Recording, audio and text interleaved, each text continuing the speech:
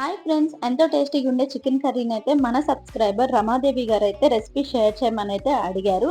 నేను last time మన వీడియోస్లో నేను చెప్పానండి, గుత్తి వంకాయ కర్రీ చేసినప్పుడు ఆ వీడియోలో నేను అప్లోడ్ చేసినప్పుడు ఏం చెప్పానంటే, మన వ్యూవర్స్ సబ్స్క్రైబర్స్ మన ఛానల్లోకి వచ్చేసి మీకు ఏదైనా రెసిపీ అయితే కావాలి అని చెప్పేసి మీరు ఎవరైనా సరే నాకు కామెంట్ చేయొచ్చు. నేను ఆ రెసిపీని అయితే డెఫినెట్లీ అంటే మన ఛానల్లో అప్లోడ్ చేస్తాను అని చెప్పాను. మనకైతే రమాదేవి గారైతే కామెంట్ చేశారండి, చికెన్ కర్రీ అన్నది మనకి రెసిపీ షేర్ చేయమని.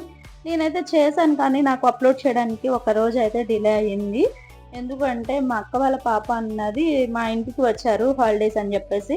వాళ్ళు వెళ్ళిపోయేంత వరకు నేను వెయిట్ చేశాను. ఎందుకంటే నాకు ఎడిటింగ్ అనేది కుదరలేదు. వాళ్ళు పిల్లలు ఉన్నప్పుడు అసలు అవ్వదు కదా పని అనేది. ఈరోజైతే వాళ్ళు వెళ్ళిపోయారు. సో అందుకని చెప్పేసి ఈరోజైతే మన ఛానల్లోకి చికెన్ కర్రీని అప్లోడ్ చేసేసాను. బాగా అంటే సూపర్గా వచ్చింది, ట్రై చేయండి. మీకు ఏమైనా రెసిపీ కావాలా మెసేజ్ చేయండి. Thank you.